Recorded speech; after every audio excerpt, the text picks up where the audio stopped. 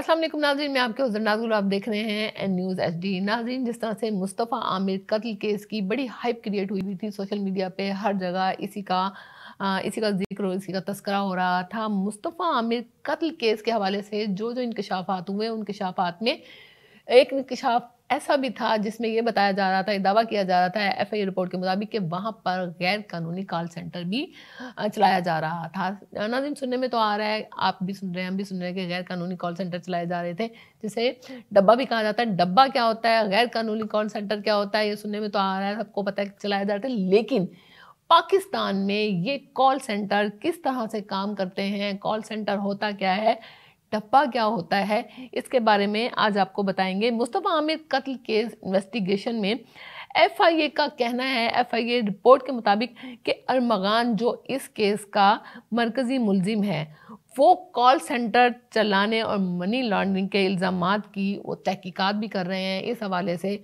जो अरमगान है वो ज़ेर तफ्तीश है कि वो कानूनी कॉल सेंटर चला रहा था, कैसे चला रहा था, वहाँ किस किस्म का कारोबार हो रहा था और उसे किस तरीके से चला रहा था, किस नाम से रजिस्टर्ड था, किन किन फर्म या कंपनियों के साथ वो रजिस्टर्ड था।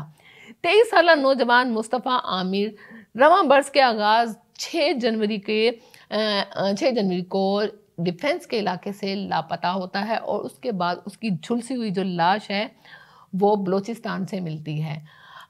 FIA का दावा है कि मुबैना अगवा के बाद इसको तशद्दुद का निशाना बनाकर कत्ल कर दिया जाता है। इस केस में जो मरकज़ी मुलजिम है अरमगान, वो अभी तक ज़ेर तफ्तीश है।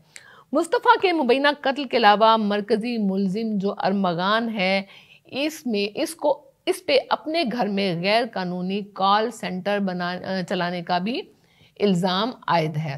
नाज़रीन, अरमगान 2018 से ये गैर कानूनी जो कॉल सेंटर है वो चला रहा है, जहाँ पर बर वक्त एट अ टाइम जो है 25 से ज़ायद अफराद काम कर रहे होते हैं। मुकदमे में ये इल्ज़ाम भी आयद किया गया था, अरमगान जो है कॉल सेंटर से अमरीकी शहरियों को बेवकूफ़ बनाता था, उनकी ज़ाती मालूमात को हासिल कर उनसे फ्रॉड किया जाता था, उनको लूटा जाता था और यहाँ काम करने वालों को रोज़ के 5 अमरीकी शहरियों को टारगेट करने का टास्क दिया जाता था। रोज़ाना की बुनियाद पर एक फ़र्द 400 से लेकर $1000 तक अमरीकी शहरियों के अकाउंट से चोरी करता था।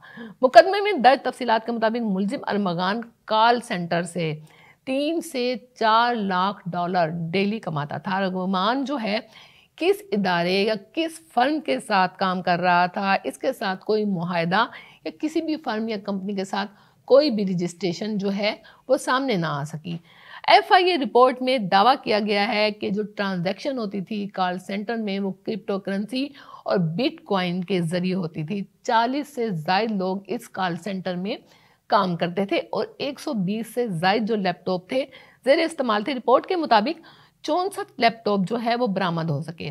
किस किस्म का काम होता था, क्या कारोबार होता था, इस कॉल सेंटर का नाम किस फर्म के साथ रजिस्टर्ड था या किस नाम से रजिस्टर्ड था, ये भी सामने नहीं आ सका। इसके सबूत शवाहिद भी सामने नहीं आ सके। कराची में कानून नाफिज करने वाले जो इदारे हैं या जो IT के शोबे से ताल्लुक़ रखने वाले हल्के हैं, वो इस गैर कानूनी कॉल सेंटर को डब्बा कहते हैं। यानी जो गैर कानूनी कॉल सेंटर होते हैं, इन्हें ही डब्बा कहा जाता है। कॉल सेंटर को डब्बा कहने की वजह यह भी है कि कराची के मुख्तलिफ जगहों पर, मुख्तलिफ इलाकों पर, छोटी छोटी जगहों पर, छोटे छोटे घरों से ये कॉल सेंटर चलाए जाते हैं, इसलिए इनको डब्बा भी कहा जाता है। कॉल सेंटर बज़ाहिर तो सॉफ्टवेयर हाउस होते हैं और कॉल सेंटर के तौर पर काम कर रहे होते हैं, लेकिन अरमगान जो मरकज़ी मुलजिम है मुस्तफ़ा कत्ल केस के हवाले से, तो वो जो कॉल सेंटर चला रहा था वहाँ किसी भी किस्म का कोई सॉफ्टवेयर नहीं था या इन सॉफ्टवेयर की कहीं से भी कोई भी ख़रीदो फ़रोख्त के शवाहिद नहीं सामने आए। नाज़रीन, इन शॉर्ट आपको बताते चलें अल मुख्तसिर के कॉल सेंटर होते क्या हैं। दुनिया भर में सार्फिन के क्रेडिट कार्ड का चोरी शुदा जो डाटा होता है वो डार्क वेबसाइट पर दस्तयाब होता है।